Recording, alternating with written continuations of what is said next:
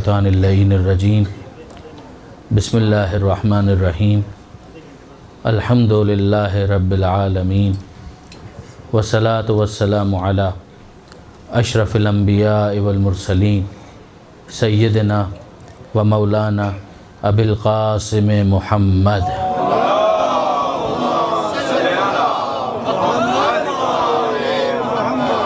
وأهل بيته الطيبين الطاهرين المعصومين المظلومين المنتجبين المنتخبين الميامين لا سيما للإمام المنتظر والحجة الثاني عشر الذين أذهب الله عنهم الرجس وطهرهم تطهيرا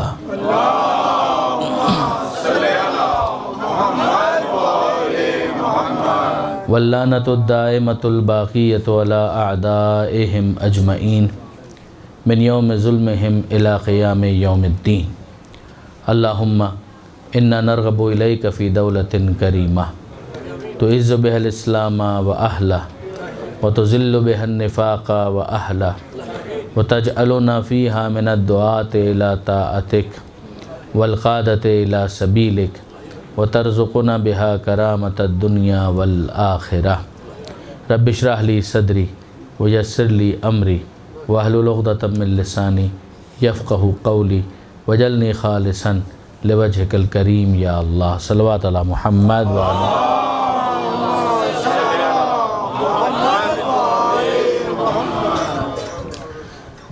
أما بعد فقد قال الله سبحانه وتعالى في القرآن الحكيم بسم الله الرحمن الرحيم سنريهم آياتنا في الآفاق وفي أنفسهم حتى يتبين لهم أنه الحق صلوات على محمد وآل محمد اللهم صل على محمد وآل محمد سورہ فصلت کی آیت نمبر 53 اس کا ایک جز مسلسل آپ کے سامنے تلاوت کرنے کا شرف حاصل کیا گیا، جس میں پروردگار عالم نے یہ ارشاد فرمایا کہ سنوریہم، ہم ان قریب ان کو دکھلائیں گے اور دکھلاتے رہیں گے، آیاتنا ہماری نشانیاں، ہماری آیات، فی الآفاق اس یونیورس کے اندر، کائنات میں، آفاق میں، ہر طرف ان کو ہماری نشانیاں دکھائی دیں گی، وفی انفسہم اور یہ خود اپنے وجود کے اندر، اپنے نفوس کے اندر بھی ہماری نشانیوں کو مشاہدہ کریں گے، حتی یتبین لہم یہاں تک کہ ان کے لیے بالکل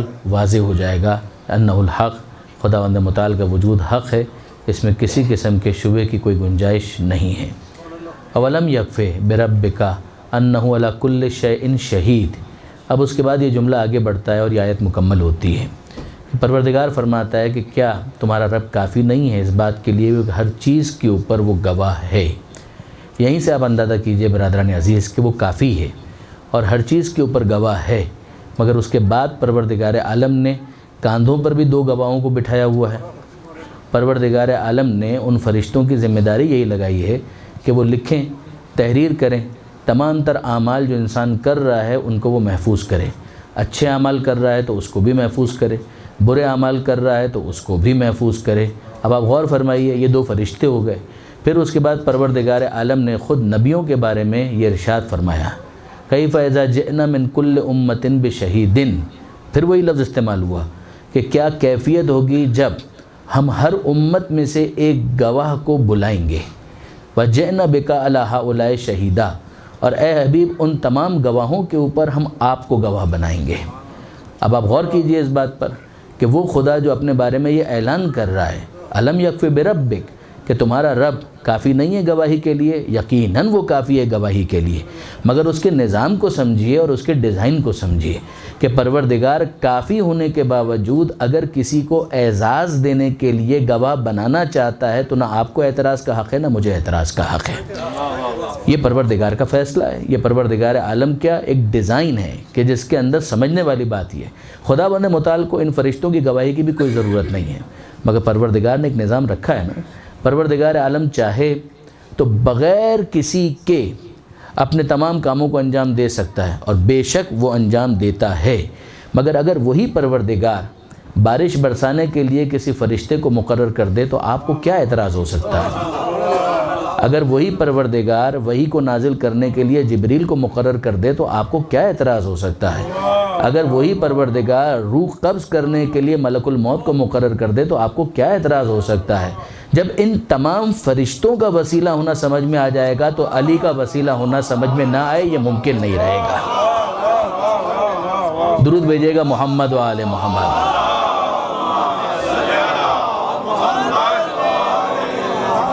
یعنی میں عرض یہ کرنا چاہ رہا ہوں، غور فرمائیے گا کہ توحید کا عقیدہ توسل کے ساتھ متصادم نہیں ہے، کانفلکٹ میں نہیں ہے، یہ کانٹرڈکشن نہیں ہے۔ یہ نظام وہ نظام ہے جو پروردگار عالم نے ڈیزائن کیا ہے۔ ہماری ذمہ داری ہی یہ ہے کہ ہم اس نظام کے اوپر غور کرتے چلے جائیں اور نظام کو سمجھنے کے بعد پروردگار عالم نے جن جن کو اذن دیا ہے انہیں نمائندہ پروردگار سمجھیں، اور پھر ان کو نمائندہ نہ سمجھنا یہ توحید کے انکار کا ایک انداز ہوگا۔ پھر یہ توحید نہیں ہوگی، یہ توحید کے انکار ہی کا ایک انداز ہوگا۔ میرے وہ دوست جو پہلی تقریر سے میرے ساتھ ہیں وہ جانتے ہیں کہ میں نے ایک بات کہی تھی اور میں اسے آج تکرار کرنا چاہوں گا کہ غور فرمائیے کہ بعض سو کالڈ اللہ والے ایسے ہوتے ہیں کہ جن کو خود اللہ بھی اللہ والا نہیں مانتا۔ ابلیس ایسے ہی مخلوق کا نام ہے کہ جس نے اللہ کا انکار نہیں کیا تھا، مگر اللہ نے آدم کو منوانے کا جب حکم دیا کہ آدم کو بھی مانو تو اس نے آدم کا انکار کر دیا۔ کیا آدم کا انکار کرنے کے بعد پروردگار عالم نے اس کی توحید کو اپریشیٹ کیا یا ریجیکٹ کیا؟ آدم کا انکار کرنے کی وجہ سے اس کا توحید کا عقیدہ بھی مسترد کر دیا گیا، اسے مردود قرار دے دیا گیا۔ خدا سمجھانا چاہتا ہے کہ جب مجھے مانتے ہو تو جس جس کو میں منواؤں اس کو بھی مانتے چلے جاؤ۔ درود بھیجئے محمد و آل محمد۔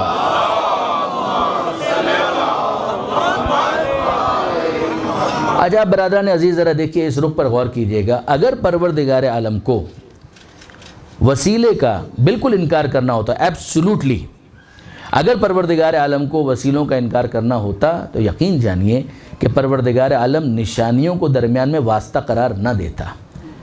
یہ جو پروردگار عالم نے کہا سنوریہم آیاتنا، ہم اپنی نشانیاں دکھلائیں گے، تو یہ واسطے ہی تو بن رہے ہیں کہ سورج کو دیکھو، چاند کو دیکھو، ستاروں کو دیکھو اور خدا تک پہنچو۔ تو ان تمام کے ذریعے سے جب انسان خالق تک پہنچ رہا ہے تو براہ راست تو نہیں پہنچ رہا، درمیان میں کوئی نہ کوئی واسطہ تو ہے۔ یاد کیجئے گا، میں کہہ رہا تھا اور میں کہہ چکا کہ وہ الگ ہیں کہ جو ان واسطوں کے محتاج نہیں ہیں، جو اول مخلوق ہونے کا شرف رکھتے ہیں وہ کسی واسطے کے محتاج نہیں ہیں۔ مگر غور کیجئے کہ یہ جب بعد میں پیدا ہونے والی کائنات خدا تک پہنچنے کا وسیلہ بنتی ہیں تو وہ جو اول مخلوق ہیں وہ خدا تک پہنچنے کا وسیلہ کیوں نہیں بنیں گے؟ پروردگار عالم نے یقیناً یہ نظام رکھا اور یہ ڈیزائن رکھا۔ اب آئیے بڑی تیزی کے ساتھ میں اس آیت کو آپ کے سامنے پیش کروں جو سورہ فصلت کی آخری آیت ہے، یہ 53ویں آیت۔ پھر سنیے گا، سنوریہم، ہم عنقریب ان کو دکھلائیں گے اور دکھلاتے رہیں گے اپنی نشانیاں، فی الآفاق، آفاق کے اندر بھی، کائنات میں بھی، وفی انفسہم، اور ان کے اپنے وجود کے اندر، حتی یتبین لہم، یہاں تک کہ ان کے لیے بالکل واضح ہو جائے گا کہ انہ الحق، کہ وہ حق ہے۔ پھر پروردگار نے فرمایا الم یکفی بربک انہ علی کل شیء شہید، کہ کیا یہ کافی نہیں ہے کہ تمہارا رب ہر چیز کے اوپر گواہ ہے۔ پھر پروردگار عالم آخری آیت میں سورہ فصلت کی یہ ارشاد فرماتا ہے، اس کا نشان ہے 54 ارشاد فرماتا ہے الا انہم فی مریۃ من لقاء ربہم۔ اصل ایشو یہ ہے کہ یہ اپنے رب کی ملاقات سے شک میں پڑے ہوئے ہیں، یہ لقاء پروردگار کے عقیدے پر یقین نہیں رکھتے، قیامت کا عقیدہ ہی ان کا کمزور ہے۔ جب یہ خدا کی ملاقات پر یقین نہیں رکھتے، قیامت کے عقیدے پر یقین نہیں رکھتے، تو پھر اس کے بعد جو کھل کھیلنا چاہیں وہ کھیلتے ہیں، جو جس طریقے سے کرنا چاہیں وہ کرتے ہیں، اس سے کہ اکاؤنٹیبلٹی کا کانسیپٹ ہی ان کے دل میں موجود نہیں ہے۔ اب آپ دیکھیے برادران عزیز، مکہ میں موجود مشرکین یہی ہے نا، ان میں سے بہت سے ایسے تھے کہ جو خدا کو مانتے تھے، ایسا نہیں تھا کہ اللہ کا انکار کرتے تھے، وہ اللہ کو مانتے بھی تھے۔ یعنی ایک گروہ تھا جس نے خدا ہی کا انکار کر دیا، وہ تو ایتھیزم کی طرف چلے گئے، الحاد کی طرف چلے گئے۔ کچھ وہ تھے کہ جو خدا کو مانتے تھے اور خدا کے ساتھ شریک قرار دیتے تھے، اور کچھ وہ تھے کہ جو اللہ کو مانتے تھے مگر قیامت کا انکار کرتے تھے۔ وہ کہتے تھے قیامت ویامت کچھ نہیں ہے، ہاں ٹھیک ہے اللہ ہے، یعنی وہ پہلا حصہ کہ انا للہ ہے کہ ہاں اللہ نے ہمیں پیدا کیا، ہم اللہ کے لیے، یہاں تک تو ٹھیک ہے، مگر اللہ کی بارگاہ میں پلٹ کر جائیں گے، اس بات کا انہیں یقین نہیں تھا اور اس بات کا وہ انکار کرتے تھے۔ اب میں آپ کی خدمت میں عرض کروں، سورہ سبا قرآن مجید کا 34واں سورہ ہے، ذرا سنیے گا، ان آیتوں پر غور کیجیے گا۔ پروردگار فرماتا ہے کہ اگر آپ ان لوگوں سے سوال کریں، یہ سورہ لقمان میں اور دیگر مقامات پر ہے، سورہ سبا کی آیت میں تھوڑی دیر بعد پڑھتا ہوں۔ پروردگار فرماتا ہے لَإِن سَأَلْتَهُمْ مَنْ خَلَقَ السَّمَاوَاتِ وَالْأَرْضِ، اے حبیب اگر آپ ان سے سوال کریں گے نا کہ کون ہے کہ جس نے آسمانوں کو پیدا کیا، کون ہے کہ جس نے زمین کو پیدا کیا، لَيَقُولُنَّ اللَّهُ، تو یہ کہیں گے اللہ ہی نے تو پیدا کیا ہے، ہمیں اس پر تو کوئی شک نہیں ہے۔ تو یہ کون ہے؟ کیا یہ وہ افراد ہیں کہ جو بعد میں مسلمان ہو گئے، مومن بن گئے؟ جی نہیں، وہ اپنے انکار پر ڈٹے ہوئے ہیں، اللہ کو مان رہے ہیں مگر قیامت کے عقیدے کو قبول نہیں کر رہے۔ ایشو ان کا یہ ہے کہ وہ کہتے ہیں اللہ تو ہے، ہمیں اللہ کے عقیدے پر کوئی شبہ نہیں ہے، اللہ ہے، مگر ہم قیامت کے عقیدے کو قبول نہیں کرتے۔ وہ بت کہاں گئے؟ ابھی آتے ہیں، ابھی آتی ہے اس کے بعد۔ اور اس کے بعد ذرا دیکھیے اب سورہ سبا کی اس آیت کی طرف توجہ کیجیے گا۔ پروردگار فرماتا ہے کہ یہ کہنے والے کہتے ہیں انہوں نے کہ جنہوں نے کفر اختیار کیا کہ حل ندلکم، کیا ہم تمہیں بتائیں، علی رجلن، اس مرد کے بارے میں، ینبئکم، جو تمہیں یہ خبر دیتا ہے، اذا مزقتم، کہ جب تم چورا چورا ہو جاؤ گے، کل ممزقن انکم لفی خلق جدید، تو تمہیں واپس زندہ کیا جائے گا۔ کیا ہم تمہیں اس کے بارے میں بتائیں؟ یہ پیغمبر اکرم کو ریفر کر رہے ہیں وہ مشرکین مکہ، کہ ہم تمہیں بتائیں اس مرد کے بارے میں کہ جو تمہیں یہ کہتا ہے، ینبئکم، جو تمہیں یہ خبر دیتا ہے، اذا مزقتم، کہ جب تم چورا چورا ہو جاؤ گے، بالکل پاؤڈر ہو جاؤ گے، مٹی میں مل جاؤ گے، کل ممزقن، بالکل چورا چورا ہو جاؤ گے، انکم لفی خلق جدید، تو پھر واپس تم کو زندہ کیا جائے گا۔ افترا علی اللہ کذبا، یہ اللہ پر جھوٹ باندھتا ہے، اللہ کو مان رہے ہیں تبھی تو یہ کہہ رہے ہیں کہ اللہ پر جھوٹ باندھتا ہے۔ افترا علی اللہ کذبا، یہ اللہ پر جھوٹ باندھ رہا ہے معاذ اللہ، ام بہی جنہ، اور نعوذ باللہ من ذالک، یا پھر یہ پاگل ہو گیا ہے۔ تو اتنا تو ہمیں سمجھ میں آ گیا کہ نبی کے دماغ پر جو حملہ کرے اس کا قیامت کے عقیدے پر یقین نہیں ہوا کرتا، اس کا عقیدہ قیامت مشکوک ہوتا ہے، تبھی وہ ایسی باتیں کہا کرتا ہے۔ تو اس نے کیا کہا؟ افترا علی اللہ کذبا ام بہی جنہ، کہ یا تو یہ جھوٹ باندھ رہا ہے خدا کے اوپر، اور یا پھر یہ پاگل ہو گیا۔ میں عرض یہ کرنا چاہ رہا ہوں کہ ایک پورا گروہ موجود تھا، اور اس کی کم تعداد نہیں تھی، کہ جو اللہ کو مان رہے تھے مگر عقیدہ قیامت کو قبول نہیں کر رہے تھے۔ دیکھیے برادران، سورہ یاسین بہت سو کو تو حفظ ہوگی، اس کے آخری آیتوں کو اگر آپ دیکھیں نا تو وہاں پر آپ کو ملے گا وہ اعتراض کہ جو مشرکین مکہ نے قیامت اور حیات بعد الموت کے اوپر کیا تھا۔ دیکھیے بہت سارے افراد ہیں کہ جنہوں نے بڑا اپولوجیٹک انداز اختیار کیا، مسلمان فلاسفہ میں بھی، یعنی مسلم فلاسفرز میں سے بہت سو نے ایک بڑی اپولوجیٹک اپروچ اختیار کیا۔ انہوں نے کہا کہ یہ جو قیامت کا عقیدہ ہے نا، معاد یعنی پلٹانا کہ یہ روحانی ہے، جسم کو نہیں پلٹایا جائے گا۔ شیعوں میں اس حوالے سے کبھی بھی دو رائے نہیں رہی ہے، یاد رکھیے گا۔ یعنی وہ سو کالڈ فلاسفرز کہ جنہوں نے یہ بات کہی ہے، میں بڑے ادب کے ساتھ کہہ رہا ہوں اور بڑی معذرت کے ساتھ کہہ رہا ہوں، مگر ان کا تعلق شیعہ فقہا سے، شیعہ علماء سے، شیعہ فلاسفرز میں سے نہیں تھا، اس لیے کہ آل محمد نے اس کو بالکل کلیئر کر کے بتایا کہ عقیدہ قیامت کیا ہونا چاہیے۔ وہاں پہ بالکل کلیئرٹی ہے کہ معاد مادہ جسمانی ہے، پروردگار عالم نے جسم میں روح کے واپس داخل کرنے ہی کو معاد سے تعبیر کیا ہے۔ یعنی آپ انفیکٹ آپ غور کیجئے کہ مرا تھا کون؟ کیا روح مر گئی تھی؟ روح تو جدا ہوئی تھی، یہ جسم ہی تو مرا تھا، یہ جسم ہی تو الگ ہوا تھا، تو معاد کہیں گے کس کو؟ روح تو محفوظ ہے، اسی روح کو پلٹایا جائے گا جسم کے اندر اور واپس زندہ کیا جائے گا۔ یہی کانسیپٹ ہے نا عقیدہ قیامت، تو یہی ہے کہ بھئی وہاں پر محشور کیا جائے گا، یہ سب کچھ ہوگا۔ مگر آپ غور کیجئے ہوا کیا؟ ہوا یہ کہ بہت سو نے اپولوجیٹک انداز اختیار کیا اور انہوں نے یہ کہا کہ جناب معاد جسمانی نہیں ہے، معاد روحانی ہے۔ اب ذرا ان آیتوں کو سنیے، یہ سورہ یاسین کی آخری آیتیں ہیں، اختتامی آیتیں۔ پروردگار عالم بیان کرتا ہے کہ ضرب لنا مثلا ونسی خلقہ، یہ ہمارے لیے مثالیں بیان کرتا ہے اور اپنی خلقت کو بھول گیا۔ اللہ کہہ رہا ہے کہ ضرب لنا مثلا ونسی خلقہ، اپنی خلقت کو بھول گیا، ہمارے لیے مثالیں بیان کرتا ہے۔ قال من یحیی العظام وہی رمیم، اس کا اعتراض یہ ہے، وہ یہ کہتا ہے کہ کون ان ہڈیوں کو زندہ کرے گا؟ من کون؟ یحیی زندہ کرے گا، العظام ہڈیوں کو، وہی رمیم، جبکہ یہ چورا چورا ہو چکی ہے۔ رمیم کہتے ہیں پاؤڈر کو۔ اب آپ دیکھیے ہوا کیا تھا، کیس یہ تھا کہ ایک مشرک سردار ابو جہل یا کوئی اور، وہ پرانی ایک ہڈی نکال کر لے آیا کسی لاش کی، اور اس نے پیغمبر اکرم کے سامنے موکری، استہزاء کیا، باقاعدہ اسے اپنے ہاتھوں پر مسل کر چورا چورا بنایا، اور اس کے بعد یہ کہا کہ محمد تم ان ہڈیوں کے بارے میں یہ کہتے ہو کہ خدا انہیں واپس زندہ کرے گا۔ اب آپ غور کیجئے، اگر معاد جسمانی نہ ہو تو پیغمبر اکرم کو کیا کہنا چاہیے تھا؟ پیغمبر اکرم کو کہنا چاہیے تھا my dear you could not understand my point، میرے بھائی تم میری بات ہی نہیں سمجھے، میں ہڈیوں کی تو بات ہی نہیں کر رہا تھا، میں تو روح کی بات کر رہا تھا۔ تو کیا پیغمبر اکرم نے یوں رسپونڈ کیا ہے؟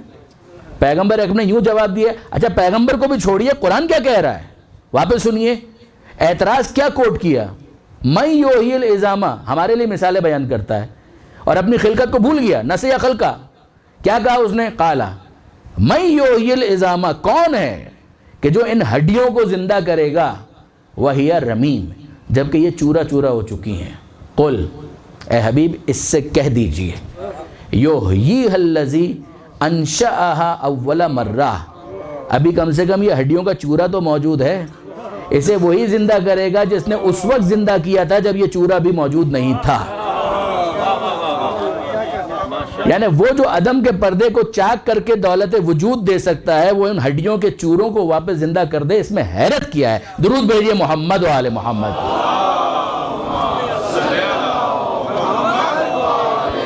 اب یہاں پر تھوڑا غور کیجئے گا، پروردگار عالم نے دو چیزوں کا حوالہ دیا ہے، وہ ہوا بکل خلق علیم، وہ ہر طرح سے پیدا کرنا جانتا ہے، اس کے پاس علم ہے۔ علم، پروردگار عالم کی صفات میں علم ایک نمایاں ترین صفت ہے۔ دیکھیں برادران عزیز، جب آپ صفات ثبوتیہ پڑھتے ہیں تو اس میں آ جاتا ہے نا 8-10 صفتوں کا ذکر آ جاتا ہے۔ جوشن کبیر آپ پڑھیں 1000 صفات پروردگار عالم کی معصومین نے ایلوبریٹ کیا ہے، مگر دو صفتیں ایسی ہیں کہ جو ان تمام صفات اور ان تمام ایٹریبیوٹس کو کور کر لیتی ہیں، ایک علم اور دوسرا قدرت۔ علم اور قدرت یہ دونوں صفات ایسی ہیں، اس کو علم کلام کے اندر ڈسکس کیا گیا کہ یہ دونوں صفات وہ ہیں کہ جو باقی تمام صفات کو کور کرتی ہیں۔ خدا کا بصیر ہونا، سمیع ہونا، مدرک ہونا، مرید ہونا، یہ تمام کی تمام تر چیزیں پروردگار عالم کی صفات ہیں، اور ہم اس بات کا عقیدہ رکھتے ہیں کہ صفات زائد بر ذات نہیں ہیں، اس کی تشریح کا موقع نہیں ہے۔ یعنی ایسا نہیں ہے کہ ذات الگ ہے صفت الگ ہے، معاذ اللہ، یعنی ہمارا والا معاملہ خدا کا نہیں ہے۔ یہ بھی آل محمد کا کتنا احسان ہے کہ اس کو ایلوبریٹ کیا۔ یعنی ایک آپ کا علم ہے، آپ کی قوت ہے، بچہ پیدا ہوتا ہے کمزور ہوتا ہے، آہستہ آہستہ وہ قوت حاصل کرتا ہے، طاقت حاصل کرتا ہے، پھر اس کے بعد بڑھاپا آتا ہے، طاقت پھر ختم ہو جاتی ہے۔ پروردگار کا ایسا معاملہ نہیں ہے، نعوذ باللہ من ذالک۔ پروردگار عالم کی قدرت ایسی نہیں ہے۔ علم ہمارا جب اس دنیا میں آئے تو کیفیت کیا ہے؟ واللہ اخرجکم من بطون امہاتکم لا تعلمون شیئا، کہ اللہ نے تمہیں تمہاری ماؤں کے پیٹ سے اس عالم میں نکالا کہ تمہیں کوئی علم نہیں تھا، کچھ علم نہیں تھا، لا تعلمون شیئا۔ پھر اس کے بعد انسان آہستہ آہستہ ان آنکھوں کے ذریعے سے، کانوں کے ذریعے سے ڈیٹا کلیکٹ کرتا ہے، اور پھر اس کے بعد اپنی میموری کو بناتا ہے، اینالائز کرتا ہے۔ یہی ہوتا ہے نا برادران عزیز، ہم خدا کے بارے میں یہ عقیدہ نہیں رکھتے معاذ اللہ۔ پروردگار عالم کا یہ معاملہ نہیں ہے کہ آہستہ آہستہ پروردگار عالم کا علم ترقی کرتا چلا گیا، یعنی اس عقیدے کے قائلین ہیں، اس عقیدے کے بھی قائلین ہیں۔ یعنی اگر آپ نیٹ پر سرچ کریں گے تو آپ کو عجیب عجیب قصے ملیں گے۔ I love my God because he is moving towards perfection، اس طرح کے سٹیٹمنٹس بھی آپ کو ملیں گے۔ ہم پروردگار کے بارے میں ایسا کوئی عقیدہ نہیں رکھتے۔ ارے پروردگار تو پروردگار ہے، جس کو اس نے اپنی صفات کا مظہر بنایا ہے، اس کی علم اور قدرت کا یہ عالم ہے کہ گہوارے میں اجدر کو چیر دیتا ہے، پیدا ہوتے ہی قرآن کی تلاوت کرتا ہے۔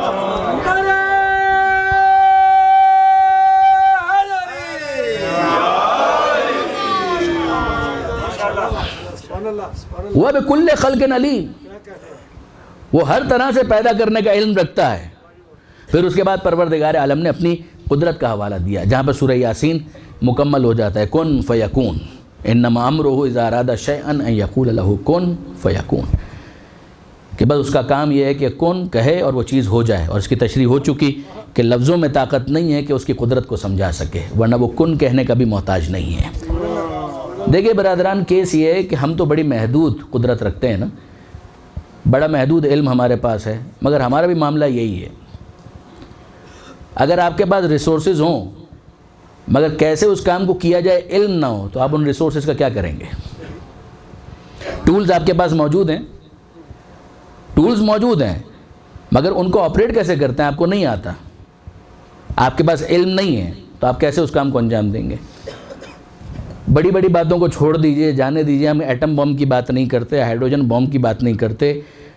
ایک مکان ہے، مشینری آپ کے پاس موجود ہے، ٹولز آپ کے پاس اویلیبل ہیں، مگر آپ کے پاس نالج نہیں ہے، تو آپ کیسے اس مشینری کو، اس ٹول کو استعمال کریں گے؟ ارے اس مثال کو بھی جانے دیجئے، آپ مجھے ٹھہرا دیجئے ایک ایسی جگہ پر جہاں کچن بھی ہو، سارا سامان بھی موجود ہو، چولہا بھی موجود ہو، آٹا بھی موجود ہو، آلو بھی موجود ہو، گوشت بھی موجود ہو، مسالہ بھی موجود ہو، اور پھر اس کے بعد کیا مولانا یہ بہت زبردست کچن ہے، everything is available, cook yourself. کہاں سے کوک کریں گے بھائی؟ آتا ہوگا تو کوک کریں گے نا۔ آپ نے غور فرمایا؟ قلم دینے سے لکھنا تو نہیں آ جائے گا، قلم دینے سے لکھنا تو نہیں آ جائے گا، کاغذ بھی ہے، قلم بھی ہے، لیکن لکھنا تو نہیں آتا۔ لیکن اگر فرض کیجئے کہ وہ چیز کرنا آتی ہے مگر ریسورسز اویلیبل نہیں ہے، کھانا پکانا آتا ہے مگر آٹا نہیں ہے، تو پھر کیسے کھانا پکائیں گے؟ تو دونوں چیزیں ضروری ہیں، ریسورسز بھی ہوں اور علم بھی ہوں۔ پروردگار عالم نے دونوں کا حوالہ دیا، علم پروردگار میں بھی کمی نہیں آئی، قدرت پروردگار میں بھی کمی نہیں آئی۔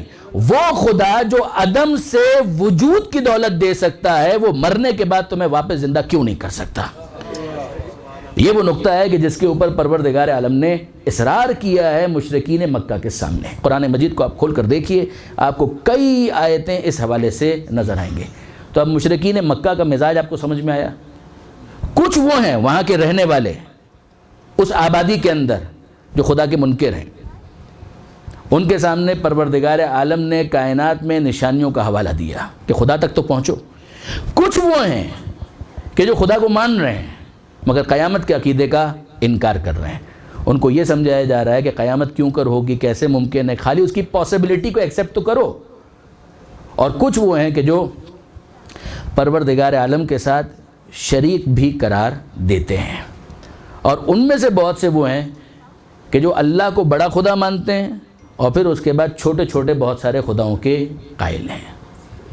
چھوٹے چھوٹے خدا، یعنی وہ جو 360 بت بھی تھے وہ ان کے اوپر اللہ کے قائل تھے، مگر وہ کہتے تھے کہ یہ چھوٹے چھوٹے بت جو ہیں یہ چھوٹے چھوٹے خدا ہیں، یہ خدا ہیں۔ اب آپ نے غور فرمایا؟ اچھا، اس کے بارے میں پھر انہوں نے نظریہ کیا قائم کیا؟ ایک تو یہ کہ ہم ان کی عبادت کریں گے، ایک تو ہم ان کی عبادت کریں گے، یعنی ان کو ہم باقاعدہ خدا مانیں گے، پرماننٹ ہیں، خدا کے ساتھ چھوٹے چھوٹے خدا ہیں۔ میں اصرار کے ساتھ یہ جملہ عرض کر رہا ہوں آپ کے سامنے، چھوٹے چھوٹے خدا، اور پھر اس کے بعد ہم ان کی عبادت بھی کریں گے، اور پھر یہ ہمارے لیے کیا کریں گے کہ یہ ہمارے شفیع ہیں، یہ خدا کی بارگاہ میں ہماری شفاعت کریں گے۔ بہت توجہ کیجئے گا، قرآن مجید نے ان کے اس جملے کو کوٹ بھی کیا، ہا ہونا شفعاؤنا، کہ یہ تو ہمارے شفیع ہیں، اور شفیع کا مطلب کیا ہوتا ہے؟ یہ ہمارے سفارشی ہیں۔ ہم اللہ کو تو مان رہے ہیں مگر یہ چھوٹے خدا ہیں، اور یہ چھوٹے خدا ہم ان کی عبادت بھی کریں گے، ایک، اور دوسری چیز یہ اللہ کی بارگاہ میں ہماری شفاعت کریں گے۔ اچھا، ہم جن کو وسیلہ مانتے ہیں ان کی عبادت تو نہیں کرتے، ایسا ہی ہے نا؟ ہم ان کو معبود تو نہیں مانتے مگر شفیع تو ہم بھی مانتے ہیں، شفیع تو ہم بھی مانتے ہیں۔ یہ بہت بڑا اعتراض کیا گیا، یعنی وہ لٹریچر جو توسل کے خلاف لکھا گیا، شفاعت کے خلاف لکھا گیا، اس کے اندر ان تمام آیتوں کو ہائی لائٹ کیا گیا۔ میرے نوجوان دوست بہت توجہ کریں، پھر اس کو آپ ریکنسائل کیسے کرتے ہیں؟ کس طریقے سے اس کو ریکنسائل کرتے ہیں؟ اعتراض تو بنتا ہے۔ وہ کہتے ہیں دیکھ لیجئے وہ مشرکین مکہ، ان کا بھی یہی طریقہ کار تھا، وہ اللہ کو مانتے تھے اور اس کے بعد پھر چھوٹے چھوٹے خداؤں کے قائل تھے، اور کہتے تھے کہ ہم ان کی عبادت کریں گے اور ہم ان کو اللہ کی بارگاہ میں اپنا شفیع قرار دیتے ہیں۔ آیت میں آپ کے سامنے پڑھ چکا ریکنسائل آپ کیسے کریں گے برادران عزیز؟ اچھا شفاعت کے بارے میں، توسل کے بارے میں قرآن مجید کے اندر کوئی آیت ہے کہ نہیں ہے؟ وہ بھی موجود ہے، تو پھر یا تو یہ مانیے کہ کانٹرڈکشن ہے۔ میں آیت آپ کے سامنے عرض کرتا ہوں، آیت الکرسی کے ساتھ بالکل متصل، من ذا الذی یشفع عندہ الا باذنہ، کون ہے جو اللہ کی بارگاہ میں شفاعت کرے الا، مگر یہ کہ اللہ ہی اس کو اجازت دے۔ یہ شفاعت کا انکار تو نہ ہوا، یہ تو شفاعت کا اثبات ہے کہ پروردگار عالم کہتا ہے کہ ہاں کچھ ہیں جو شفاعت کر سکتے ہیں، مگر یہ اذن پروردگار سے ہوگا، اذن پروردگار کے بغیر نہیں ہوگا۔ بہت سی آیتیں ہیں اس مفہوم کی قرآن مجید کے اندر۔ تو ایک طرف آپ دیکھیں کہ ان بتوں کو شفیع بنایا گیا تو پروردگار نے مذمت کی، اور پھر پروردگار کہتا ہے کہ ہاں کچھ ہیں کہ جو شفاعت کرنے والے ہیں۔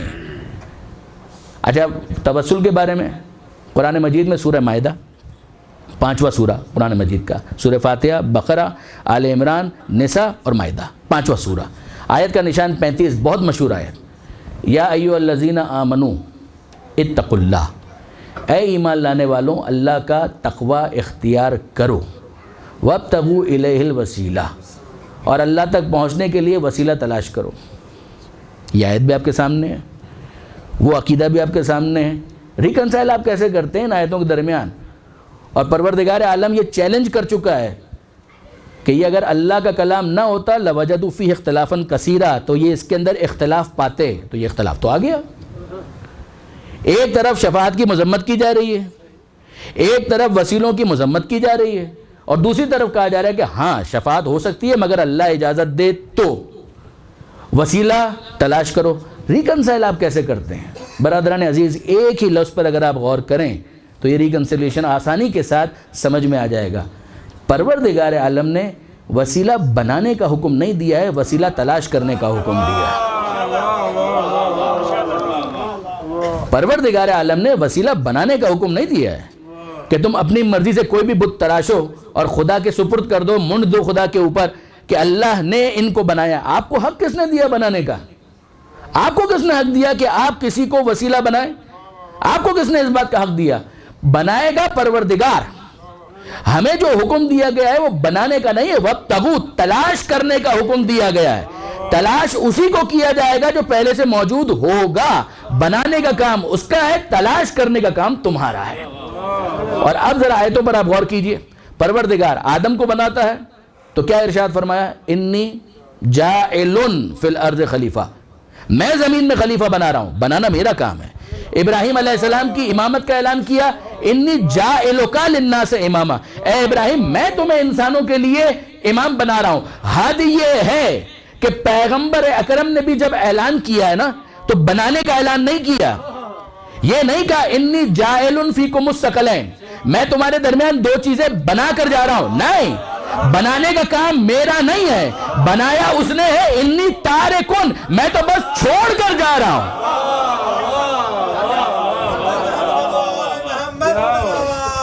اللہ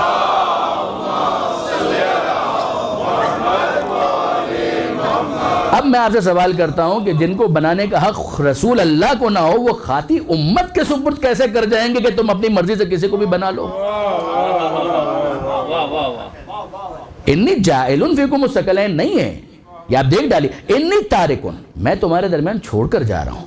قرآن کو میں نے نہیں بنایا، یہ اللہ کا کلام ہے۔ اہل بیت کو بھی میں نے نہیں بنایا، یہ اہل بیت کو بھی میں نے نہیں بنایا، یہ اللہ نے مقرر کیا ہے، میں تو فقط اعلان کرنے کا مکلف ہوں، اس کا ذمہ دار ہوں کہ میں تمہارے درمیان اعلان کر دوں۔ اب برادران عزیز یہ آپ کے سامنے واضح ہوا، آئیے قرآن مجید کی آیتوں کو میرے ساتھ دیکھتے چلیں۔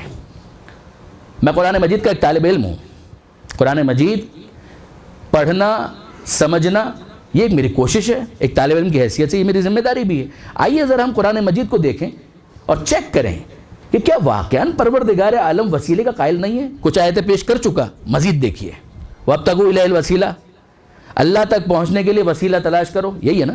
اب آئیے آگے بڑھیے، سورہ مبارک بقرہ قرآن مجید کا دوسرا سورہ ہے نا ترتیب تلاوت کے اعتبار سے، آپ دیکھیے اس کے اندر آپ کو کیا ملتا ہے۔ بہت سی آیتیں ہیں سورہ بقرہ کے اندر، میں تو چند آیتیں فقط سیمپل کے طور پر ایگزامپل کے طور پر، نمونے کے طور پر، مثال کے طور پر آپ کے سامنے پیش کروں گا۔ حضرت آدم علیہ السلام ترک اولا ہوا۔ ہم نبی کے لیے گناہ کے لفظ کو استعمال نہیں کرتے، نبی معصوم ہے، ترک اولا یعنی ایک بہتر چیز اس کو ترک کر دیا، اس کی شان کے خلاف تھا۔ اس وقت ترک اولا ہمارا موضوع نہیں ہے۔ حضرت آدم علیہ السلام تشریف لائے نا زمین کے اوپر۔ اب اس کے بعد پروردگار کیا فرماتا ہے؟ آپ دیکھیے سورہ بقرہ کے اندر آیت کا نشان 37 تلقى آدم من ربہ کلمات فتاب علیہ۔ آدم نے اپنے رب سے چند کلمات کو سیکھا، فتاب علیہ، اور پھر توبہ مانگی اور اللہ نے توبہ قبول کر لی۔ اب آپ غور فرمائیے، میں پوچھنا چاہتا ہوں وہ کلمات جو بھی ہوں، ابھی ہم آتے ہیں ان کلمات کے اوپر، وہ کلمات جو بھی ہوں، مجھے تو صرف اتنا بتائیے توبہ کرنے والا کون ہے؟ آدم۔ توبہ قبول کرنے والا کون ہے؟ پروردگار۔ یہ کلمات درمیان میں کہاں سے آ گئے؟ یہ درمیان میں کلمات کہاں سے آ گئے جنہیں خود پروردگار تعلیم کر رہا ہے، کوئی اور نہیں۔ الہ الوسیلہ، اس تک پہنچنے کے لیے وسیلہ تلاش کرو۔ تو آدم علیہ السلام نے کچھ مانگا ہے نا، اور پروردگار نے سکھایا کہ آدم توبہ چاہتے ہو نا، اے مالک توبہ تو قبول کرے گا؟ ہاں میں ہی توبہ قبول کروں گا، مگر ایسے مانگو گے تو توبہ قبول کروں گا۔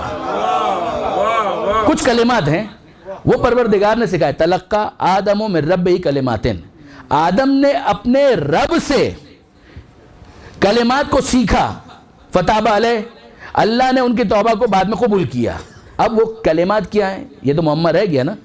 شیعہ کتابوں کو دیکھنے کی ضرورت نہیں ہے، ہمارے بہت محترم برادران اہل سنت کے علماء انہوں نے بھی اس کو لکھا۔ دیکھیے برادران عزیز، معتدل مزاج علماء اہل سنت نے اس کو لکھا۔ علامہ جلال الدین سیوطی کی تفسیر ہے جس کا نام ہے تفسیر در منصور۔ شیخ سلیمان قندوزی حنفی، ان کی کتاب کا نام ہے ینابیع المودہ، مودت کے چشمے۔ یعنی آپ اندازہ کیجئے کہ کتاب کا نام ہی وہ رکھا کہ جس کے ذریعے سے اجر رسالت کی ادائیگی کا احساس ہوتا ہے۔ ینابیع المودہ آل محمد کے فضائل پر مشتمل وہ کتاب ہے۔ لکھنے والے برادران اہل سنت کے بڑے عالم، شیخ الاسلام جن کو کہا گیا، ترکی کے بہت بڑے، اور انہوں نے کتاب لکھی۔ انہوں نے بھی لکھا، علامہ جلال الدین سیوطی نے بھی لکھا تفسیر در منصور کے اندر۔ کیا لکھا؟ یہ کلمات کون سے ہیں کہ جو پروردگار عالم سے آدم نے سیکھے؟ آدم علیہ السلام نے جن کلمات کو سیکھا وہ کیا تھے؟ الہی، بحق محمد وانت المحمود، بحق علی وانت الاعلی، بحق فاطمہ وانت فاطر السماوات والارض، بحق الحسن وانت المحسن، بحق الحسین وانت قدیم الاحسان۔ اے مالک محمد کا واسطہ، علی کا واسطہ، فاطمہ کا واسطہ، حسن کا واسطہ، حسین کا واسطہ، پنجتن کا واسطہ دے کر آدم نے ترک اولا پر توبہ قبول کروائی ہے۔ اگر ہم اپنے گناہوں کے لیے انہی کو وسیلہ بنائے تو اعتراض کیا ہے؟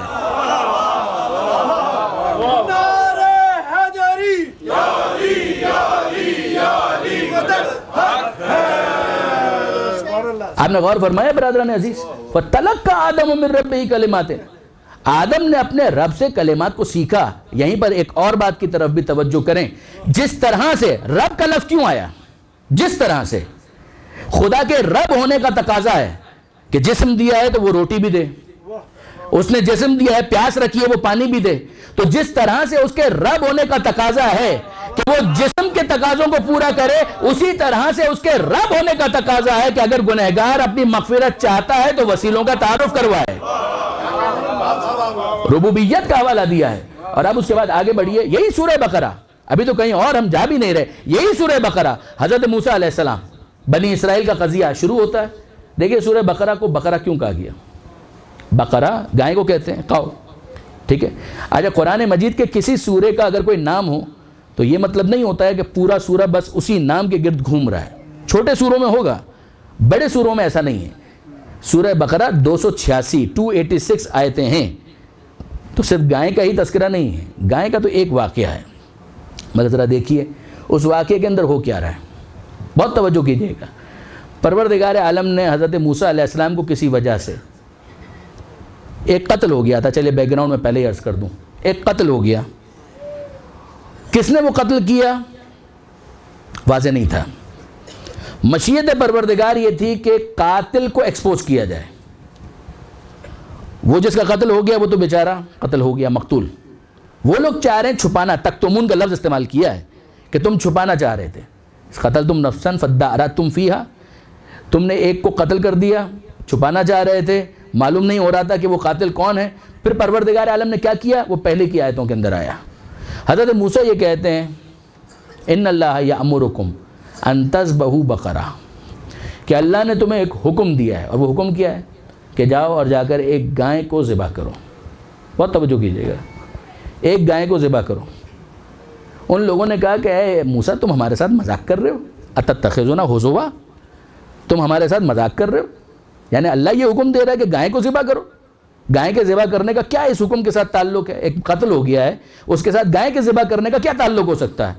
حضرت موسیٰ علیہ السلام کہتے ہیں اعوذ باللہ ان اکون من الجاہلین، میں اللہ کی پناہ طلب کرتا ہوں کہ میں جاہلوں میں سے ہو جاؤں۔ جو حکم خدا کی طرف سے آیا ہے میں نے تو وہی تمہارے سامنے کمیونیکیٹ کیا ہے۔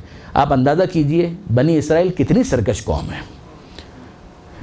حکم بالکل سمپل ہے، ایکسپلیسٹ ہے، کلیئر ہے، ایک گائے ذبح کرو۔ اب وہ کہتے ہیں کہ اپنے رب سے سوال کرو کہ یہ گائے کیسی ہو، اپنے رب سے پوچھ کر ہمیں بتاؤ کہ یہ گائے کیسی ہو۔ حضرت موسیٰ علیہ السلام پوچھ کر آئے، پھر اس کے بعد بتایا۔ دوسری مرتبہ انہوں نے کہا کہ نہیں ابھی بھی واضح نہیں ہوا، اپنے رب سے مزید پوچھو، ما لونہا، کہ اس کا رنگ کیسا ہو۔ رنگ بتایا کہ زرد رنگ کی ہو، اس کا رنگ جو ہے وہ کھلتا ہوا ہو، آنکھوں کو بھلا محسوس ہو۔ انہوں نے کہا نہیں ابھی بھی واضح نہیں ہوا، اپنے رب سے پوچھو ما ہی، یہ ہے کیا؟ ان البقرہ تشابہ علینا، یہ جو گائے ہے نا یہ ہمارے لیے بالکل ڈاؤٹ فل ہو گئی ہے، ہمیں سمجھ میں نہیں آ رہا۔ حضرت موسیٰ علیہ السلام پھر پوچھ کر آئے، پھر کچھ قید بڑھا دی گئی، کچھ اور صفتیں اضافہ کر دی گئی، اور کہا کہ اب اس کے بعد جو کہا جا رہا ہے اس پر عمل کرو۔ جب 3 مرتبہ ان کو بتا دیا گیا تو انہوں نے کیا کہا؟ الآن جئت بالحق، ہاں موسیٰ اب تم نے بالکل حق والی بات کہی ہے، اب تم نے بالکل حق والی بات کی ہے۔ فَذَبَحُوهُ وَمَا كَادُوا يَفْعَلُونَ، پھر اس کے بعد انہوں نے عمل کیا، اس گائے کو ذبح کیا، وہ کرنے والے نہیں تھے۔ 3 مرتبہ انہوں نے پوچھا، تینوں مرتبہ ان کو سمجھایا گیا، چوتھی مرتبہ جا کر ان کو سمجھ میں آیا۔ تو ایک تو ہمارے لیے یہ معمہ بھی حل ہوا کہ 3 مرتبہ ٹھوکر کھا کر چوتھی مرتبہ حق کو سمجھنے کی رسم بہت پرانی ہے۔ یہ لائٹر نوٹ کے اوپر ایک تبصرہ تھا کہ 3 مرتبہ ٹھوکر کھائی اور پھر اس کے بعد حق کو سمجھا اور کہا الآن جئت بالحق، ہاں موسیٰ اب تم نے بالکل حق والی بات کہی ہے۔ فَذَبَحُوهُ وَمَا كَادُوا يَفْعَلُونَ، انہوں نے ذبح کیا، وہ کرنے والے نہیں تھے۔ اب اس کے بعد پروردگار عالم نے کیا کیا؟ قاتل کو ایکسپوز کرنا ہے، ابھی تک قاتل تو ایکسپوز نہیں ہوا، ابھی تو گائے ذبح ہوئی ہے۔ پھر اس کے بعد پروردگار عالم نے کیا کیا؟ حکم دیا اضربوہ ببعضھا، یہ جو مردہ ہے نا اس مردے سے اس گائے کا ایک حصہ مسک کرو۔ کذالک یحیی اللہ، اللہ اسی طرح سے زندہ کرتا ہے۔ اب میں آپ سے سوال جو پوچھنا چاہتا ہوں وہ بہت سادہ ہے، مجھے ایک بات بتائیے، وہ مر گیا، وہ مقتول جس کا قتل ہو گیا، پروردگار عالم کو تو پتہ ہے نا کہ کس نے قتل کیا ہے۔ پروردگار عالم یہ نہیں کرتا کہ ڈائریکٹ بتا دے کہ کس نے قتل کیا ہے، پہلے گائے کو ذبح کرواتا ہے۔ اچھا وہ نہیں ذبح کروانا چاہتے تو ان کے لیے کیس کو کمپلیکیٹڈ بناتا ہے، مگر پھر آخر میں گائے کو ذبح کروایا اور گائے کا وہ ٹکڑا اس مقتول کے ساتھ مسک کیا، اور پھر اس کے بعد اس کو زندگی ملی، اس نے قاتل کا ذکر کیا، اور پھر اس کے بعد وہ واپس مر گیا، صرف اتنا کہلوانے کے لیے اس کو واپس زندہ کیا ہے۔ اب میں آپ سے پوچھتا ہوں کہ اگر پروردگار وسیلے کا قائل نہیں ہے تو اتنی لمبی ایکسرسائز کرنے کی ضرورت کیا تھی؟ اتنی لمبی ایکسرسائز کرنے کی ضرورت کیا تھی؟ پروردگار ڈیزائن سمجھا رہا ہے کہ دیکھو میرا نظام اسی طرح سے، میری بات کو مانو، مجھے مانو، اور پھر اس کے بعد میری بات کو مانو۔ درست ہے میں ویسے ہی زندہ کرنا چاہوں کر سکتا ہوں، میں اس طرح سے زندہ کرنا چاہتا ہوں تو میں اعتراض کیا ہے۔ یہ ہے بنیادی بات۔ اگر یہ بات سمجھ میں آ گئی تو اب میں آپ کی خدمت میں عرض کروں، اگر پروردگار کی مشیت یہ ہے کہ مردہ گائے، زندہ نہیں تھی وہ، مردہ گائے خدا کی راہ میں ذبح ہو اور پھر اس کے ایک ٹکڑے سے مسک کیا جائے اور وہ مقتول زندہ ہو جائے، آپ کو اعتراض کا حق نہیں ہے، مجھے اعتراض کا حق نہیں ہے۔ بالکل اسی طرح سے اگر حسین کے جھولے سے مسک کرنے پر فطرس کو بالوں پر مل جائے تو آپ کو اعتراض کیا ہے؟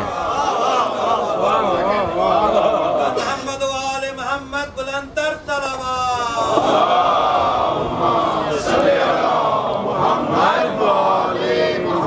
یہ نظام پروردگار ہے، یہ مشیت پروردگار ہے۔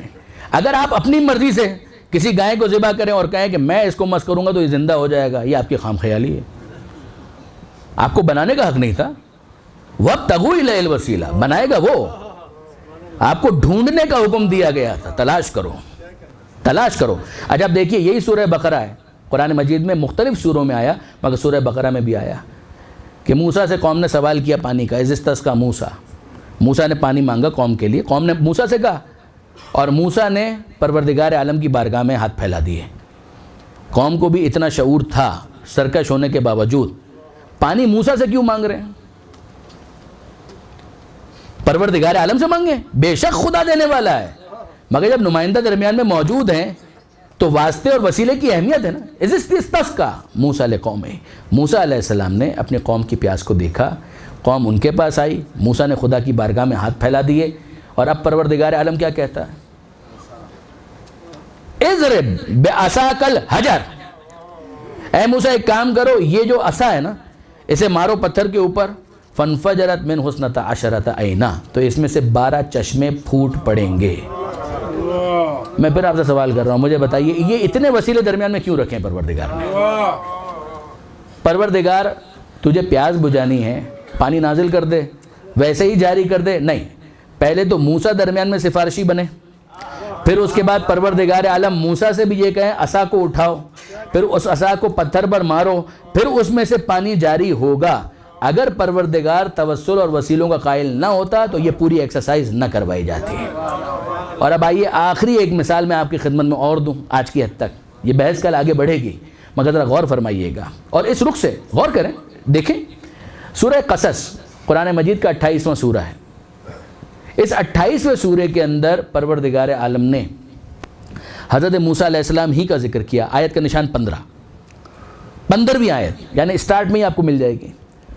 حضرت موسیٰ علیہ السلام داخل ہوئے شہر میں، سنیے گا، دخل المدینۃ علی حین غفلۃ من اہلہا، موسیٰ داخل ہوئے شہر میں اس عالم میں کہ لوگ سو رہے تھے، رات کا وقت تھا، لوگ سو رہے تھے۔ فوجد فیہا رجلین یقتتلان، وہاں پر موسیٰ علیہ السلام نے دیکھا 2 مردوں کو لڑائی کرتے ہوئے، قتال کر رہے ہیں۔ الفاظ پر غور کیجئے گا، 2 مرد دیکھے جو آپس میں لڑ رہے ہیں۔ قرآن کا تبصرہ یہ ہے، ھذا من شیعتہ وھذا من عدوہ، یہ موسیٰ کا شیعہ ہے، یہ موسیٰ کا دشمن ہے۔ دیکھیں برادران عزیز، میں نے قرآن کی آیت آپ کے سامنے پڑھی ہے، اتنا تو قرآن مجید کی آیت سے سمجھ میں آ گیا کہ جو نبی کو ماننے والا ہوتا ہے وہ نبی کا شیعہ کہلاتا ہے، اور جو ایسا نہیں ہوتا ہے وہ مخالف اگر ہے تو ھذا من عدوہ، عدو اردو میں بھی استعمال ہوتا ہے دشمن، ھذا من شیعتہ، یہ موسیٰ کی پارٹی والا ہے، یہ موسیٰ کے گروہ والا ہے، یہ موسیٰ والا ہے، ھذا من شیعتہ وھذا من عدوہ، یہ موسیٰ کا شیعہ ہے، یہ موسیٰ کا دشمن ہے۔ فاستغاثہ الذی من شیعتہ، تو جو موسیٰ کے شیعوں میں سے تھا اس نے موسیٰ کے سامنے استغاثہ کیا، فریاد کی کہ اے موسیٰ مجھے بچاؤ، یہ دشمن ہے، یہ مجھے مار رہا ہے۔ فاستغاثہ الذی، لفظ استغاثہ استعمال ہوا ہے، فریاد۔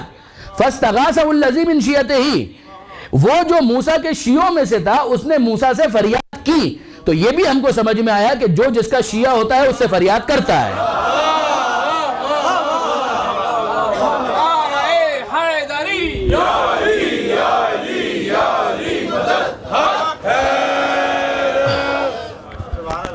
فاستغاثہ الذی من شیعتہ، ڈانٹ بھی کھائی ہے اس نے بعد میں، یہ بھی سن لیجئے ساتھ میں، وہ جو موسیٰ کا شیعہ تھا بعد میں اس نے موسیٰ سے ڈانٹ بھی کھائی ہے۔ تو جو شیعہ ہوتا ہے وہ ڈانٹنے پر ناراض نہیں ہوتا، جب وہ شیعہ اپنے آپ کو کہہ رہا ہے تو اس کا مطلب ہی یہ ہے کہ اگر مولا اصلاح کی خاطر ڈانٹیں گے تو ڈانٹ کو بھی قبول کرے گا، اگر سزا دیں گے تو سزا کو بھی قبول کرے گا، وہ کہے گا کہ مولا غلطی ہو گئی آئندہ نہیں کروں گا۔ ہاں شیعہ وہ ضرور ہوتا ہے کہ جو اپنے گناہ پر اور اپنی غلطی پر اصرار نہیں کرتا، وہ اپنے گناہ پر اپنی غلطی پر اصرار نہیں کرتا، مگر یہ ضرور ہے فریاد تو اسی سے کریں گے کہ جس کے شیعہ ہیں۔ تو نہ یہ لفظ شیعہ ایسا ہے کہ جس سے وحشت کی جائے، قرآن کے لفظوں میں سے ایک لفظ ہے، ارے چھوڑیے یہ تو لفظ موسیٰ علیہ السلام کے شیعوں کے لیے استعمال ہوا ہے، آگے دیکھ لیجئے کہ کیا نوح اور ابراہیم کے رشتے کو سمجھانے کے لیے پروردگار عالم نے یہ نہیں کہا کہ ان من شیعتہ لا ابراہیم، کہ نوح کے شیعوں میں ابراہیم بھی شامل ہے.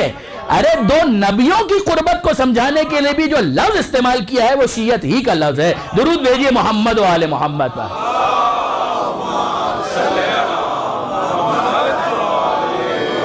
یقین جانیے برادران عزیز، یہ ٹونٹنگ نہیں ہے، یہ قطعاً ٹونٹنگ نہیں ہے، یہ تو فقط دعوت غور و فکر ہے کہ سوچئے. یہ بھی ایک رخ ہے سوچنے کا اور غور کرنے کا کہ یہ الفاظ کیوں ان سے وحشت کی جا رہی ہے، جبکہ یہ الفاظ قرآن مجید کے اندر بھی آئے ہیں اور یہی لفظ پیغمبر اکرم کی زبان پر بھی آئے ہیں. یا علی انت و شیعتک هم الفائزون. اے علی، آپ اور آپ کے شیعہ جو آپ کے ساتھ ہوں وہ یقیناً کامیاب ہوں گے. پیغمبر کا جملہ خود بتا رہا ہے کہ میرے بعد وہ وقت آئے گا کہ کچھ علی کے ساتھ ہوں گے، کچھ علی کے ساتھ نہیں ہوں گے. تو جو علی کے ساتھ ہوں گے وہ علی کے شیعہ ہیں. انت و شیعتک، یہ بھی متفق علیہ حدیث ہے، ایسا نہیں کہ صرف ہماری کتابوں میں ہے. سورہ بینہ کی آیت کے ذیل میں اس حدیث کو پیش کیا گیا. سورہ بینہ 30ویں پارے میں آپ کو ملے گا. پروردگار عالم نے تعریف کی اور پیغمبر اکرم نے بتایا کہ علی، آپ اور آپ کے شیعہ وہ ہیں کہ جن کے لیے یہ آیت نازل ہوئی ہے. یا علی انت و شیعتک هم الفائزون. علی، آپ اور آپ کے شیعہ وہ کامیاب ہیں. اب آپ غور فرمائیے برادران عزیز کہ توسل کے لیے، وسیلے کے لیے آیتیں تو بہت ہیں. اچھا چھوڑیے، ایک آیت اور سنیے سورہ یوسف کی. سورہ یوسف قرآن مجید کا 12واں سورہ. بس ان آیتوں کو پڑھ کر ہم منزل مصائب سے قریب ہو جائیں. حضرت یوسف علیہ السلام، بھائیوں کی سازشیں، ساری چیزیں جو بھی ہوئی، اور پھر اس کے بعد یوسف علیہ السلام مصر پہنچ گئے. بیک گراؤنڈ تو آپ سب کے ذہن میں. پیچھے حضرت یعقوب علیہ السلام کی کیا کیفیت ہے؟ یوسف علیہ السلام کے غم میں گریہ کر کر کے آنکھیں سفید ہو گئیں،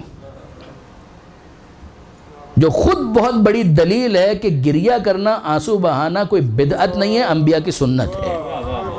وَبْيَزَّتْ عَيْنَاهُ مِنَ الْحُزْنِ. یعقوب علیہ السلام کی دونوں آنکھیں گریہ کرتے کرتے سفید ہو گئی غم کی وجہ سے. وہ کظیم، وہ انتہائی غمزدہ تھے. حضرت یوسف علیہ السلام مصر میں قحط پڑا، آپ جانتے ہیں. یہ بھائی کنعان سے وہاں پہنچے. کہاں؟ مصر پہنچے. دربار میں آئے، پہچان پائے؟ نہیں پہچان پائے. دیکھیے برادران عزیز، غیبت کا ایک انداز یہ بھی ہوتا ہے کہ سامنے موجود ہیں، دیکھ بھی رہے ہیں، مگر پہچان نہیں پا رہے. کیونکہ ایک ہے غیبت شخص اور ایک ہے غیبت شخصیت. غیبت شخص کا مطلب کیا ہے کہ ایز اے پرسن وہ موجود ہی نہیں ہے یہاں پر. جب موجود نہیں ہے تو شخصاً وہ غیبت میں، اکلٹیشن میں ہے ایز اے پرسن. اور اگر وہ موجود ہے مگر اس کی پرسنالٹی اکلٹیشن میں ہے، وہ غیبت میں ہے، تو اس کو غیبت شخص نہیں کہتے، اس کو کہتے ہیں غیبت شخصیت. امام زمانہ کی غیبت شخصی غیبت ہے یا شخصیت کی غیبت ہے؟ بہت توجہ کیجئے گا، یہ تو ضمناً ایک بات آ گئی. محمد صلوات.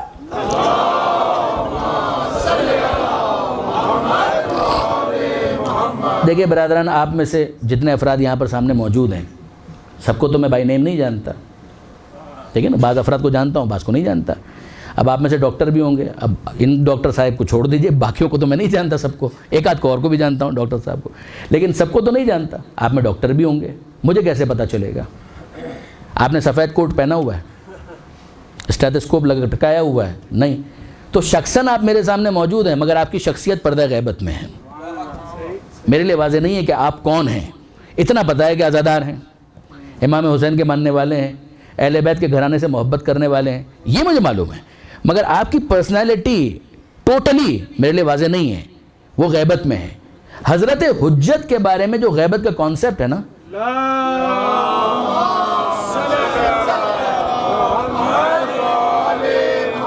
وہ بائی اینڈ لارج یہی کانسیپٹ ہے. ایسا نہیں ہے کہ وہ کسی جگہ پر آئسولیٹ ہو گئے ہیں، نہ. جو صاحب العصر والزمان ہے وہ کسی جگہ پر محدود نہیں ہوتا، وہ تو صاحب ہے، صاحب العصر، صاحب الزمان. وہ کسی جگہ محدود نہیں ہے، وہ اذن پروردگار سے آ بھی رہے ہیں، جا بھی رہے ہیں، موجود ہیں، مگر شخصیت پردہ غیبت میں ہے. شخصیت، غور فرمایا آپ نے. اب یہ جو برادران یوسف ہیں وہ پہنچے وہاں پر، پہچان نہیں پائے.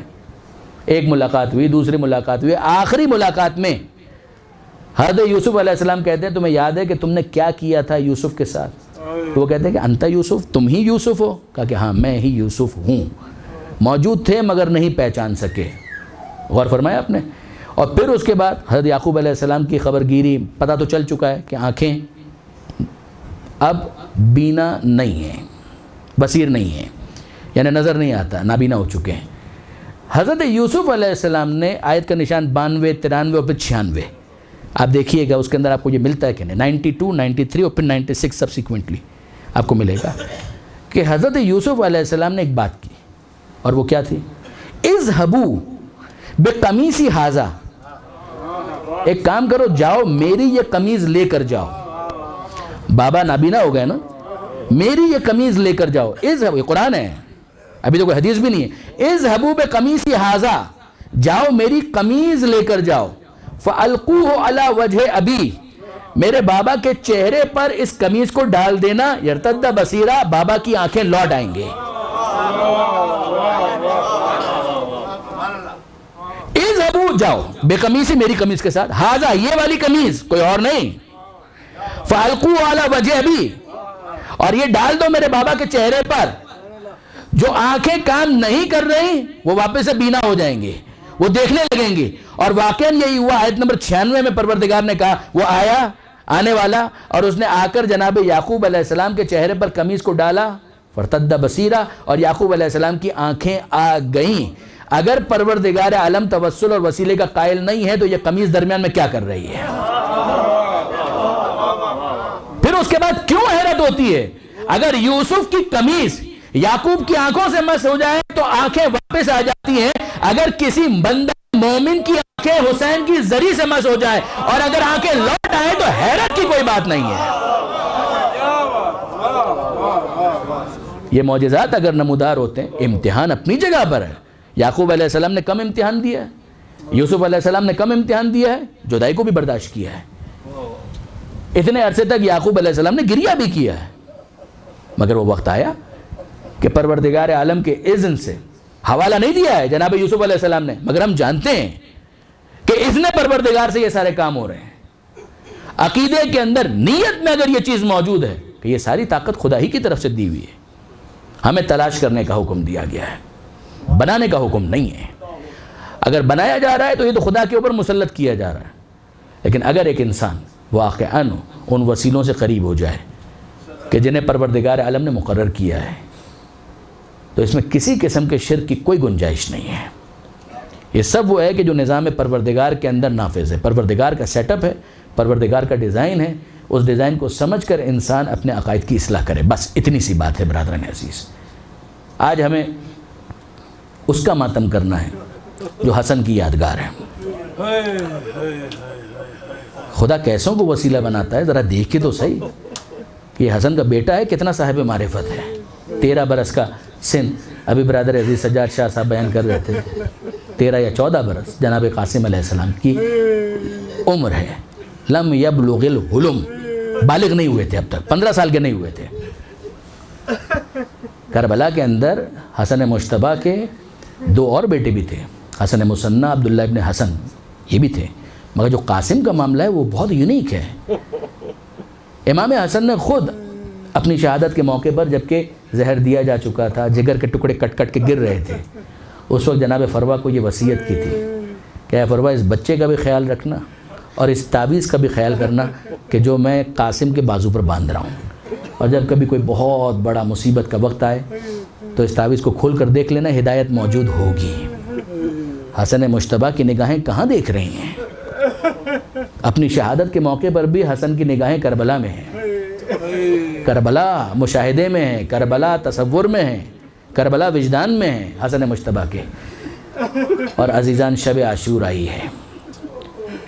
آپ جانتے ہیں کہ شب عاشور امام مظلوم نے اپنے اصحاب کو مخاطب کر کے کہا کہ میں تمہیں اجازت دیتا ہوں، یہ صرف میرے خون کے پیاسے ہیں، جاؤ چلے جاؤ۔ کوئی نہیں گیا، کوئی نہیں گیا۔ حضرت ابو الفضل عباس نے ایک تقریر کی، زہیر ابن قین نے تقریر کی، جناب مسلم بن اوسجا نے تقریر کی، کہا کہ یہ زندگی لے کر ہم کیا کریں؟ آپ کے بعد زندہ رہنا کس کام کا؟ اگر 70 مرتبہ زندگی ملے، 70 مرتبہ آپ پر اپنی جان قربان کریں گے، یہ ہماری خواہش ہے، یہ ہماری تمنا ہے۔ اسی رات شب عاشور جب سب چلے گئے امام حسین نے دعائیں دی ہیں، پھر اس کے بعد امام اپنی مناجات میں عبادات میں مصروف ہو گئے، اور کسی موقع پر امام نے احساس کیا کہ کوئی میرے پاس آ کر بیٹھا ہوا ہے۔ پلٹ کر دیکھا، ارے بیٹا قاسم تم یہاں پر کیا کر رہے ہو؟ بڑوں کی عبادت کا وقت ہے، بچوں کے سونے کا وقت ہے، جاؤ آرام کرو، اماں کے پاس جاؤ، اماں کے خیمے میں جاؤ۔ کہا کہ نہیں چچا جان، یہاں پر ایک سوال لے کر آیا ہوں، مجھے میرے سوال کا جواب دے دیجیے۔ کہاں بیٹا پوچھو، کیا سوال ہے؟ کہا چچا جان مجھے یہ بتائیے کل شہید ہونے والوں میں میرا نام شامل ہے یا نہیں؟ امام حسن مجتبیٰ کی یہ یادگار گل بدن قاسم حسین سے کیا پوچھ رہے ہیں؟ کل شہید ہونے والوں میں میرا نام شامل ہے یا نہیں ہے؟ میں صرف اتنا جاننا چاہتا ہوں دفتر شہداء میں ہوں یا نہیں؟ امام حسین پہلے پوچھتے ہیں، اے بیٹا ایک بات تو بتاؤ، تم یہ سوال مجھ سے کر رہے ہو، اگر تمہاری ماں کو پتہ چل گیا کہ تم یہ پوچھنے کے لیے آئے ہو تو سوچو کہ اس کے دل پر کیا گزرے گی۔ کہا چچا جان میری ماں ہی نے تو مجھے آپ کے پاس بھیجا ہے۔ میری ماں مجھ سے یہ کہہ رہی تھی، علامہ اظہر حسن زیدی صاحب کے یہ الفاظ ہیں، وہ کہتے تھے کہ میری ماں ہی نے تو مجھے یہ کہا ہے کہ اے بیٹا میں سیدانی نہیں ہوں، کل اگر تو نے میدان کے اندر کمزوری دکھائی نا اور اگر تو شہید نہ ہوا تو یقیناً یہی کہا جائے گا اور یہ سچ ہوگا کہ حسن کا لال کبھی کمزوری نہ دکھاتا، یہ فروا کے دودھ کی کمزوری ہے۔ چچا جان اب تو مجھے بتا دیجئے کل شہید ہونے والوں میں میرا نام شامل ہے یا نہیں؟ اب امام حسین کہتے ہیں بیٹا یہ تو بتاؤ کیف الموت عندک، موت کو تم کیسا محسوس کرتے ہو؟ دیکھیے برادران عزیز، موت کا ذائقہ کوئی نہیں بتا سکا، اگر کسی نے بتایا بھی ہے تو کڑوا بتایا ہے، تلخ بتایا ہے، مگر ذرا سنیے قاسم کا جواب کیا ہے۔ سوال کیا ہے؟ کیف الموت عندک، اے بیٹا یہ بتاؤ موت تمہارے نزدیک کیسی ہے؟ اور قاسم کہتے ہیں یا امی احلی من العسل، موت ارے وہ تو شہد سے زیادہ میٹھی ہے، شہد سے زیادہ عزیز ہے، شہد سے زیادہ میٹھی ہے۔ جناب قاسم نے جواب دیا۔ اب امام حسین پھر قریب کرتے ہیں اور سونگھتے ہیں قاسم کے جسم کو اور کہتے ہیں اے بیٹا قاسم تجھ سے تو مجھے اپنے بھائی حسن کی خوشبو آ رہی ہے۔ کہا چچا اب یہ نہ کریں، مجھے یہ بتائیے کہ کل شہید ہونے والوں میں میرا نام ہے یا نہیں ہے؟ اور اب امام مظلوم کہتے ہیں اے بیٹا تم اپنی کیا بات کرتے ہو، کل کے شہید ہونے والوں میں علی اصغر کا نام بھی شامل ہے۔ اور اب قاسم نے جب یہ جملہ سنا ہے تو غیرت کے ساتھ جلال کے ساتھ ایک جملہ کہتے ہیں کہ اے چچا جان اصغر تو اتنا چھوٹا ہے میدان میں تو نہیں جا سکتا، تو کیا یہ فوج بے حیا ہمارے خیموں تک آئے گی؟ امام نے اس وقت دلاسا دیا کہ نہیں بیٹا اصغر کو میں اپنی گود میں لے کر جاؤں گا، مگر اے قاسم تم سن نہ سکے، تصور نہ کر سکے کہ یہ فوج بے حیا ہمارے خیموں تک آئے گی، مگر ذرا شام غریبہ میں آ کر دیکھو خیمے جلا دیے گئے ہیں، بیویوں کی چادریں لوٹ لی گئی ہیں۔ قاسم اس وقت تو شب عاشور مطمئن ہو گئے کہ چچا جان نے کہہ دیا ہے تو اب شہید ہونے والوں میں میرا نام تو شامل ہے، مگر اگلا دن آیا اور قاسم کو انتظار ہے کہ کب مجھے اذن جہاد ملے گا، کب مجھے میدان میں جانے کی اجازت ملے گی۔ مگر جب بھی قاسم آتے ہیں امام حسین ایک ہی جملہ کہتے ہیں اے بیٹا قاسم تم تو میرے حسن کی یادگار ہو، تمہیں میں کیسے اجازت دے سکتا ہوں۔ ادھر فروا جناب قاسم پر ناراض ہیں، اولاد جعفر کے لاشیں آ گئے ہیں، اونو محمد کے لاشیں آ چکے ہیں۔ جناب فروا نے خیمے میں جناب قاسم آئے، جناب فروا نے چہرہ پھیر لیا۔ قاسم کہتے ہیں اماں مجھ سے کیوں ناراض ہیں؟ کہا بیٹا تو نے مجھے کتنا شرمندہ کیا، میری شہزادی زینب کے بیٹے اونو محمد کے لاشیں آ گئے اور تو اب تک زندہ ہے۔ کوئی ایسی ماں آپ کو نظر آتی ہے تاریخ کے اندر کہ جو بیٹے سے اس وجہ سے ناراض ہے کہ یہ اب تک شہید کیوں نہیں ہوا؟ اور قاسم کہتے ہیں اماں میں کیا کروں، میں عجیب مشکل میں آ گیا ہوں، میں چچا جان سے بار بار کہتا ہوں مگر مجھے اجازت نہیں دیتے۔ اور جناب فروا کو یاد آیا کہ میرے مرحوم شوہر کی یہی تو وصیت تھی کہ کوئی مشکل وقت آئے تو اس تعویذ کو کھول کر دیکھ لینا، اس میں اس مشکل کا حل ہوگا۔ اے بیٹا قاسم اس سے زیادہ کون سا مشکل وقت ہوگا، تجھے شہید ہونے کی اجازت نہیں مل رہی، کھول کر دیکھ تیرے باپ نے کیا لکھا ہے۔ اور اس وقت جب جناب قاسم نے اس تعویذ کو کھولا تو تعویذ کیا تھا؟ خط تھا امام حسن مجتبیٰ کا۔ اے بیٹا قاسم یہ تعویذ تم اس وقت کھولو گے جب کربلا میں تم دیکھو گے میرا بھائی حسین دشمنوں میں گھر چکا ہے۔ اے بیٹا قاسم میری طرف سے اپنی جان اپنے چچا کے اوپر قربان کر دینا۔ قاسم نے وہ تحریر پڑھی، خوشی سے نہال ہو گئے اور آئے امام حسین کے پاس اور آ کر کہتے ہیں چچا جان اب تو آپ مجھے اجازت دیں گے نا، اب تو آپ مجھے منع نہیں کریں گے نا؟ کہا بیٹا کیا ہوا؟ کہا یہ پڑھ لیجئے۔ اب امام مظلوم نے جب اپنے بھائی کی تحریر کو دیکھا علامہ طالب جوہری صاحب کے الفاظ ہے، وہ کہتے ہیں کہ امام نے کہا اے بیٹا قاسم تم تو میرے امام کی تحریر لے آئے، میں اب تمہیں نہیں روک سکتا، جاؤ قاسم میدان میں جاؤ، مگر جانے سے پہلے کس طرح سے تیار کیا؟ ایک تو جناب فروا نے کہا اے مولا آقا امام حسین میرے قاسم کے سر پر حسن مجتبیٰ کا امامہ رکھیے اور میرے قاسم کو دولہا بنا کر رخصت کیجئے۔ امام حسین نے یہ الفاظ ہے بعض مقاتل کے علماء کے کہ اتنا چھوٹا قد تھا کہ جناب قاسم کو امام حسین نے گود میں اٹھا کر پھر گھوڑے پر سوار کیا ہے۔ ذرا قاسم کے جسم کی سائز کی موجود نہیں تھی، فقط کرتا پہنا ہوا تھا اس بچے نے، اور اب یہ میدان میں گیا، مقابلہ کیا ہے، ارزق شامی اور اس کے ساتھ پہلوان بیٹوں کو فنار کیا ہے، مگر وہ وقت آیا نا کہ جب یہ بچہ گھوڑے سے زمین پر گرا، اظہر حسن زیدی صاحب کے الفاظ ہیں، وہ یہ کہا کرتے تھے جب کوئی بھی شہید گرتا تھا، کوئی کہتا تھا آقا میری مدد کو آئیے، کوئی کہتا تھا مولا میری مدد کو آئیے، مگر قاسم اتنا چھوٹا تھا جب گرا ہے بے اختیار زبان پر جملہ ہی آیا اماں میں گر گیا، اماں میں گر گیا، اور اس وقت 30,000 کی فوج اس بچے کو گھیرے ہوئے ہے، کوئی تلوار مار رہا ہے، کوئی نیزہ مار رہا ہے، زخمی ہوتے جا رہے ہیں جناب قاسم، اور ایسے میں جب امام حسین نے دیکھا کہ سب مل کر آ گئے ہیں اور وار کر رہے ہیں، ایک طرف سے حسین مظلوم نے حملہ کیا، دوسری طرف سے عباس نے حملہ کیا، اور اب زمانے کے امام کی فریاد سنیے، زمانے کے امام کی فریاد یہ ہے میرا سلام ہو اس شہید پر کہ جس کی دائیں طرف کی پسلیاں ٹوٹ کر بائیں طرف چلی گئی، بائیں طرف کی پسلیاں ٹوٹ کر دائیں طرف چلی گئی، قاسم کا جسم پامال ہوتا چلا گیا۔ مولانا مصطفیٰ جوہر صاحب کا جملہ ہے، وہ کہا کرتے تھے ایک مصیبت ایسی ہے کہ جس میں صرف قاسم نے حسین کا ساتھ دیا، قتل سب ہوئے، شہید سب ہوئے، تلواروں کی ضرب سب نے کھائی ہے، مگر ایک مصیبت جس میں صرف قاسم نے حسین کا ساتھ دیا وہ ہے جسم کی پامالی، یا حسین کا بدن پامال ہوا یا قاسم کا جسم پامال ہوا،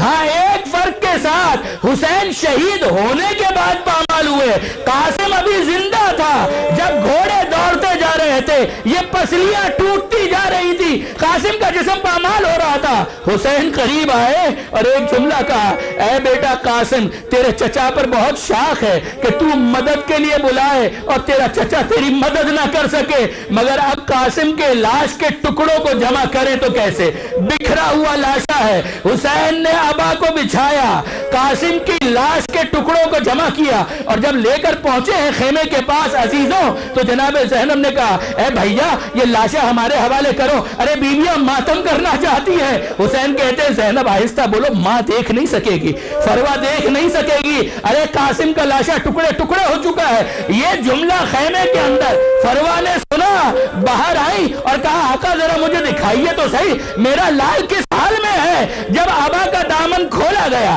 لاش قاسم کے ٹکڑے دیکھے ہیں، فروا بے اختیار کہتی ہے اے شہزادی زینب، اے رقیہ، اے ام کلثوم مجھے مبارکباد دو، ارے میری قربانی سب سے زیادہ قبول ہوئی، نہیں عزیزوں آخری جملہ اور پھر اس کے بعد زیارت برآمد ہوگی، حسین نے قاسم کا لاشا وہ بکھرا ہوا لاشا کہاں جا کر رکھا، جہاں اکبر کا لاشا تھا نا، اکبر کے لاشے کے برابر میں قاسم کا لاشا رکھا، مولانا اظہر حسن زیدی کا یہ آخری جملہ، درمیان میں بیٹھے ایک طرف اکبر کا لاشا ایک طرف قاسم کا لاشا، ایک ہاتھ اکبر کے لاشے پر رکھا دوسرا ہاتھ قاسم کے لاشے پر رکھا اور بے اختیار فریاد کی واہ غربتا واہ غربتا، ارے آج حسین غریب ہو گیا، میرا اکبر بھی مارا گیا، میرا قاسم